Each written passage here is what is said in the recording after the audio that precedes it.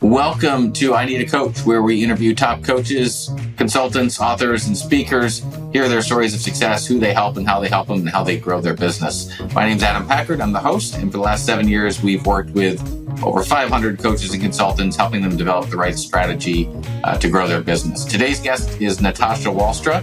Natasha, like myself, is also a LinkedIn expert, and she and I had a great candid conversation about what works, what doesn't work, how to build value into your conversations, how to start new conversations with people that you never thought you could, and how to leverage content and engaging in content the right way to grow your brand and grow your business. So enjoy the show. Okay, welcome back to I Need a Coach. Today, I am joined by Natasha Walstra. Natasha, welcome to the call. Welcome to the podcast.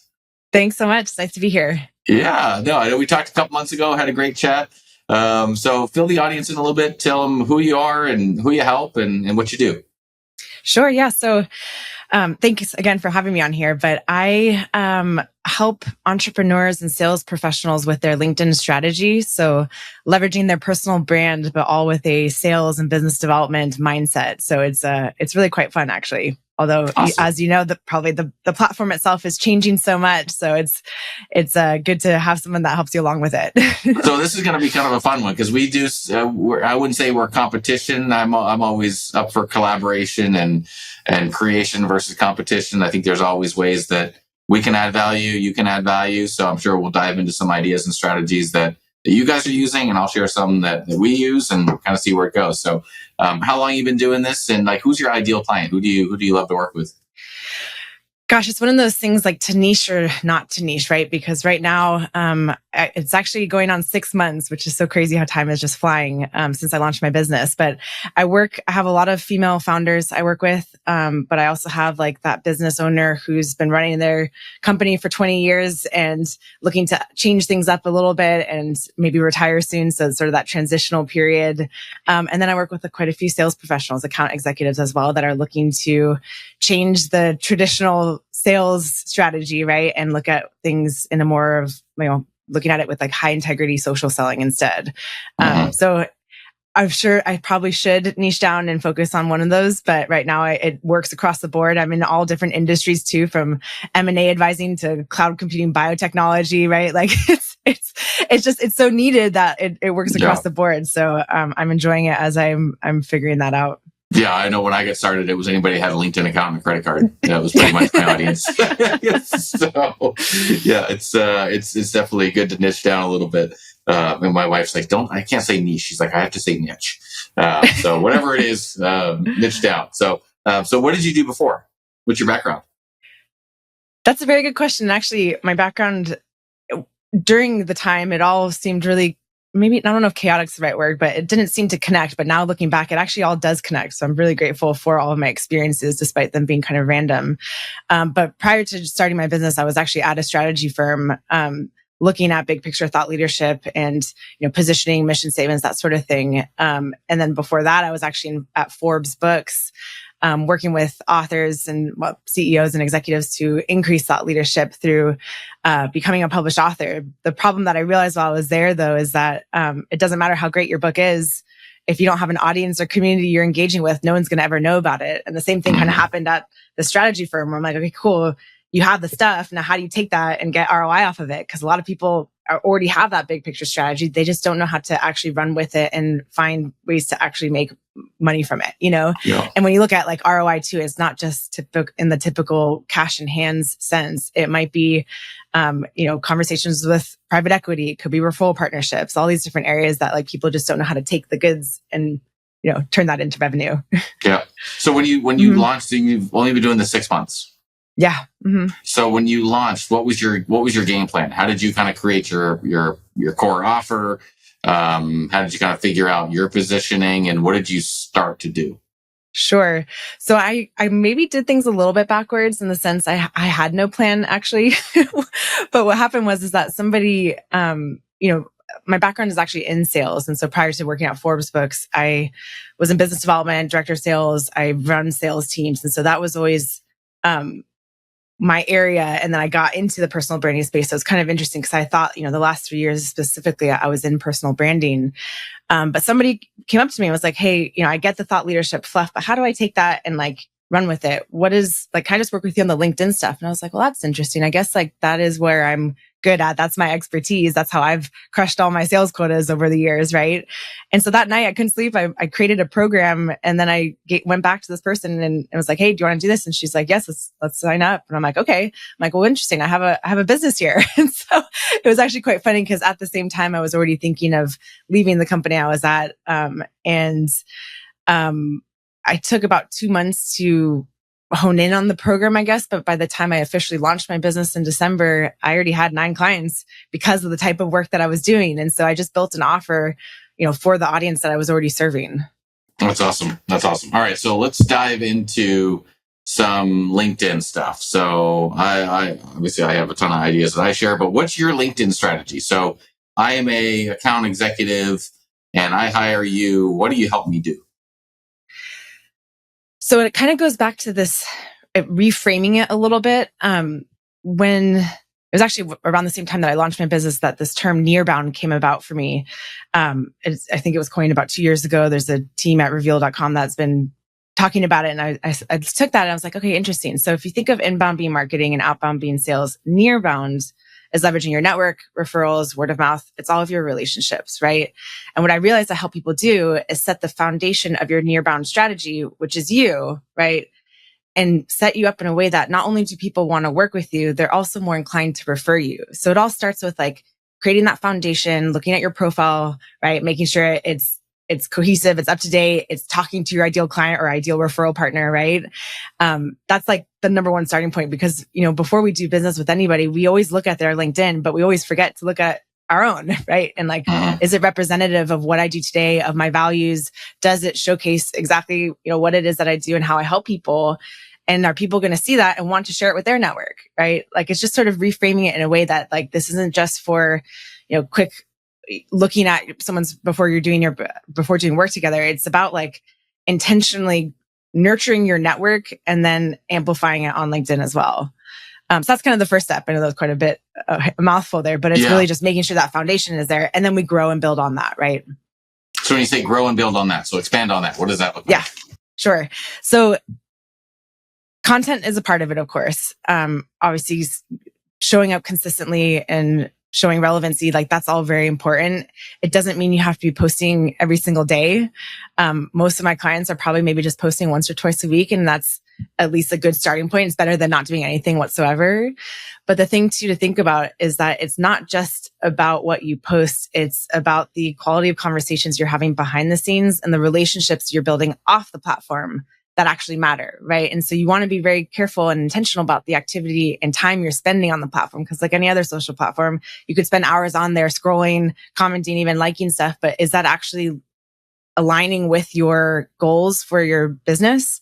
Because otherwise, if you're just posting for posting's sake, that's not going to lead to ROI, right? Uh-huh. And so you really want to make sure, okay, if I'm posting once or twice a week, and then the other days spending at least minimum 30 minutes a day with connecting with the right people, that are either in your network already that maybe you haven't worked with or talked to in a long time, updating them, sort of just having conversations, right? But then also looking at other creators or thought leaders in the space or that, your ideal clients are following that maybe have a larger follower count than you do. So say they have, 60,000 followers and 50% of them might be your ideal client. Start to engage in the comments there because conversations truly start in the comment section.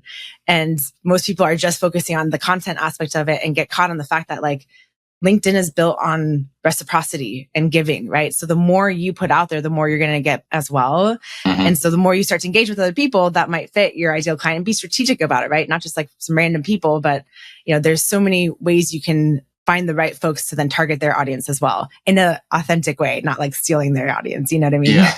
And now, is this a done for you service that you do, or are you just coaching them on how to do it? That's a great question. It's done with you. So the program itself, it's 6 months with biweekly meetings. The biweekly is just a big part of it. It's accountability. I can teach you and train you what to do and everything, but actually doing it's the hardest part.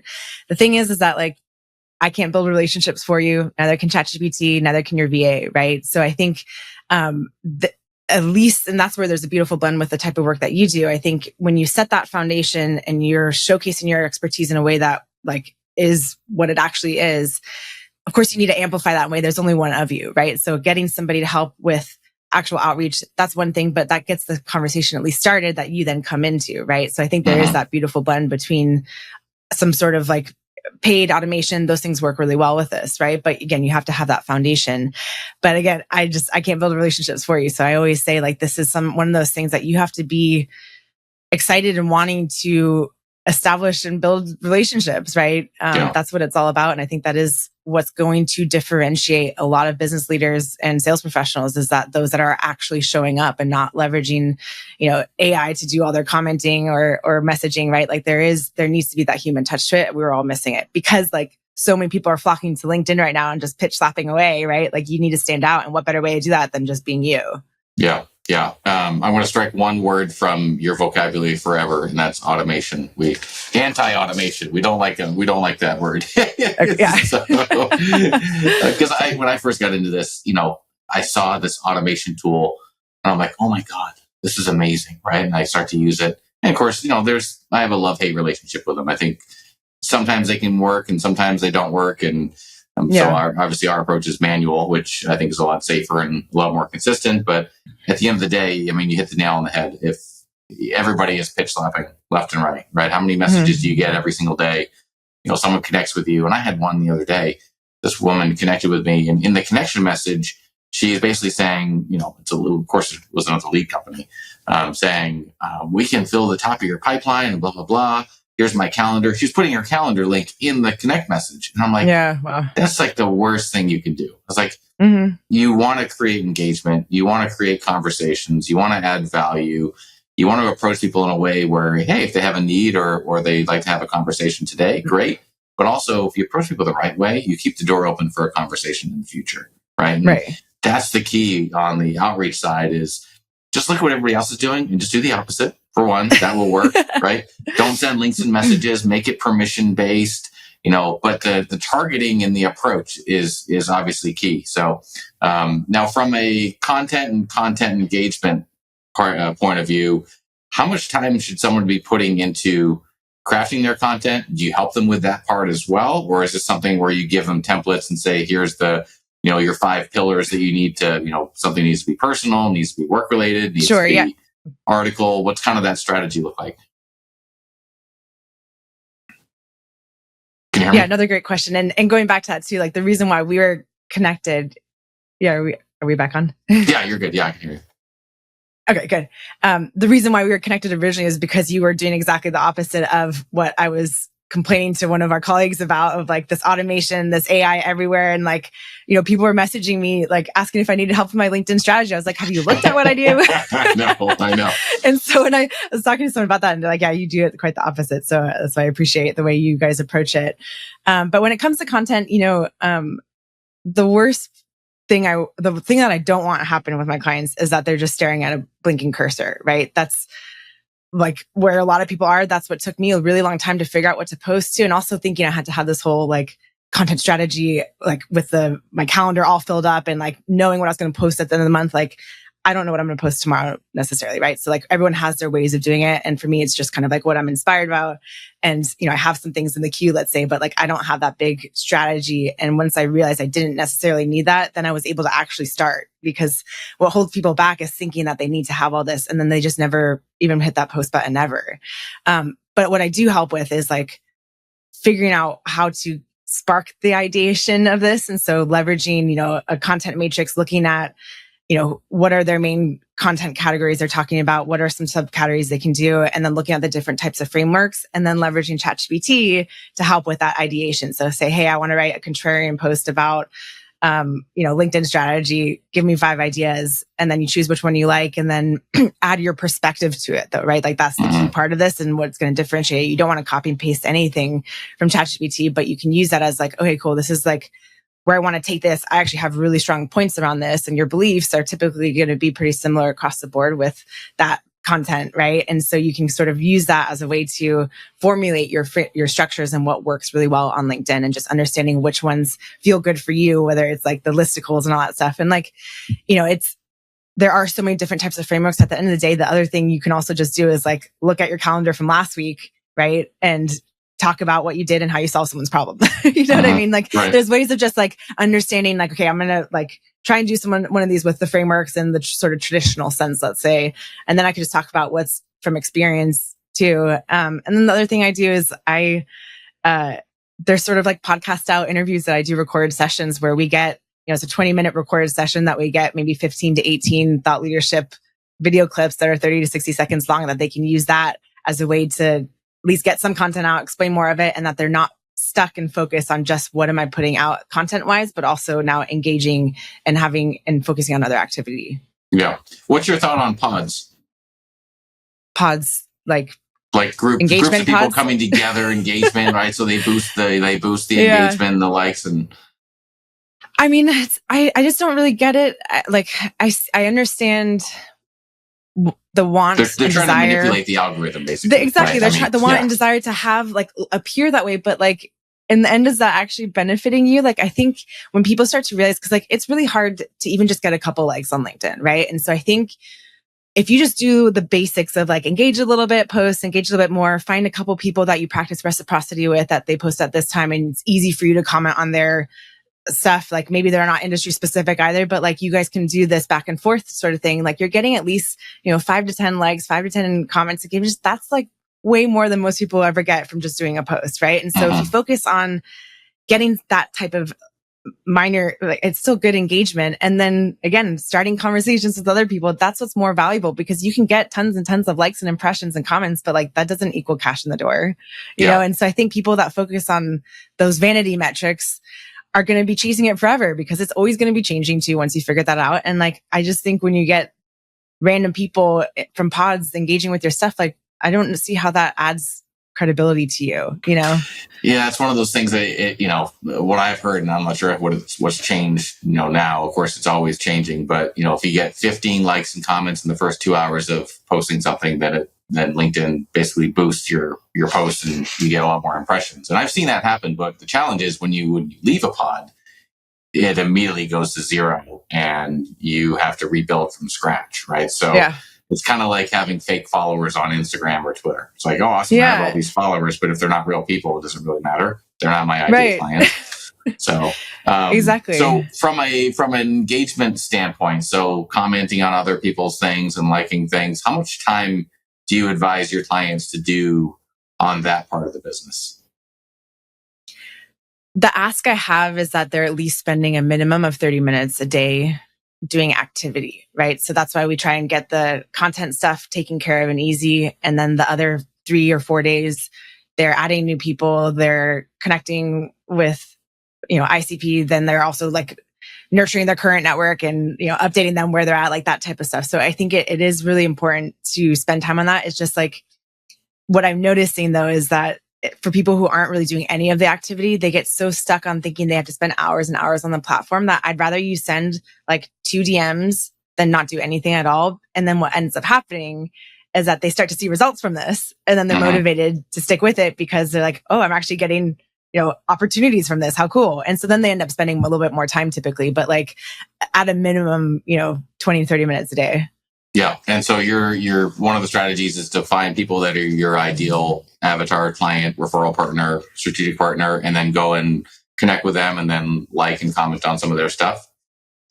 Yeah. I mean, that's definitely part of it. It depends on what your goals are too, right? Like in some cases, some of my clients are really trying to leverage this more for, differentiation and brand awareness. And so finding other thought leaders in the space that they can start to share ideas with and, engage in the comment section. And in that sense, like that's going to be more of a priority than actually social selling and prospecting hardcore, right? So it really does depend.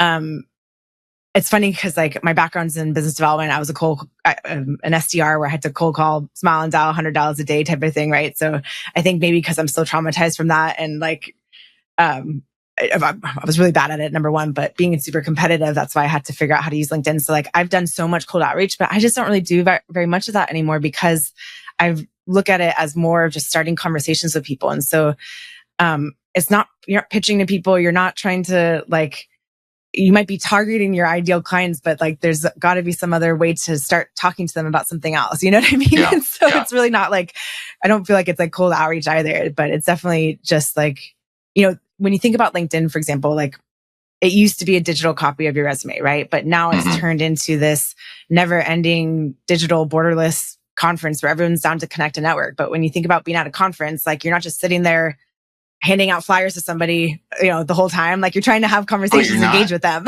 Right? You don't go to a networking event and just try to sell the person that's also a member? Right? Yeah. So it's you just kind of think about it a little differently of okay, just, be human. Yeah. Well, that's why you responded to us, right? You're like, boy, this is different than the other messages that I got. And I'll have a conversation, because I always tell people, you never know where one conversation could lead. I said, if your only focus is trying to sell somebody in a message, yeah, you might find someone if the timing is perfect and you hit their perfect pain point and they need to hire someone. But at the end of the day, your goal should be to build a pipeline, build a brand, get that social proof, build up your profile and your followers. And if you approach people the right way and focus on building relationships and starting conversations, who knows where it could go? I have conversations all day long. Some of them are for the podcast. Some of them are just networking. Some of them are people that need our help. But I entertain all types of conversations because I never know who I'm going to meet and where it's going to lead. So it seems like what you do is kind of a longer term play. It's almost like teaching people that, hey, if you want to use LinkedIn the right way, this is not a get rich quick, get as many people, on board as you can. It's obviously more of a longer term brand awareness play where you're trying to generate interest and create those relationships over time. How do you measure success with clients that you work with? What are they looking for in, whether it's a 3-month or a 6-month program, after working with you, that they feel, okay, this was worth the time and worth the investment? How do you kind of track that if it's not based on, ROI and generating clients? That's always the question, right? What is the ROI on personal branding? And so that's why I actually pretty much steer away from even using the term personal branding, because there is still this lack of budget associated with it, right? And so when you think of it in more that near-bound sense, it's been really helpful. But the first question I ask my clients is, what are your goals for Q2 in 2024, right? Separate from LinkedIn, what are your actual goals? And so then we build a program around what those goals are and reaching them, right? And so the activity is going to align with their business objectives. And so ideally, I have a great case study, actually. One of my clients who, one of his goals is that he wanted to retire in the next 2 years, right? And so he gave me a call and he's like, hey, I got a great case study for you. Because of the work with this, that, and the conversation you had me start this and that. We're now in conversation with private equity. It looks like I'm retiring real early, And so in that case, this was a literal, they're being bought out by private equity, right? That was a prime example of something that led to a very real result. Someone else who is a coach, she signed 2 referral partnerships with this other organization that's specifically in product management, right? And so that was something that she had never thought even about connecting and targeting ideal referral partners, right? It was always about ideal client and going directly to the client, never looking at this big picture strategy around it. And so that was tangible results, right? So it varies, and that's why it's challenging sometimes to showcase specific numbers, let's say, but I know I can guarantee an increase in quality conversations that will lead to business opportunities. And in some cases, because there's so much opportunity to plant that flag on LinkedIn and own a category, whatever niche you're in, let's say, you can become a category 1 on there. You can stand out and you can differentiate. And then from there, the opportunities come flowing. Yeah. Oh, that's awesome. Very cool. So it went by fast. Tell the audience where they can find you if they want to connect with you. Obviously, LinkedIn's an easy spot, but anything you want to share as kind of parting words? Sure. Yeah, I appreciate it. LinkedIn's quite a unique place. And so obviously I get really excited and passionate about it, if you couldn't tell. So, best place to connect with me is on LinkedIn, but I also do, free, workshops. If anybody is interested, you can just book it directly onto my, LinkedIn profile, but I'd be happy to do that. And I enjoy it. I really get, it's fun for me. So, I'm happy to do that with anybody who's interested. Awesome. Natasha, thanks for coming on the podcast. This was great. I look forward to sharing this with the audience, and hope you have an awesome rest of your day. You too. Thanks, Adam. Yeah, you're welcome.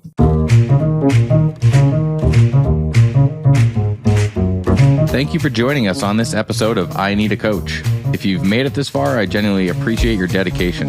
Putting this podcast together takes a lot of time and energy. In return, we only ask one thing, which is if you could please leave a review wherever you listen to podcasts. This helps our show get in front of more people so we can help more people. This is Adam Packard signing off. Keep coaching, keep thriving, and see you in the next episode.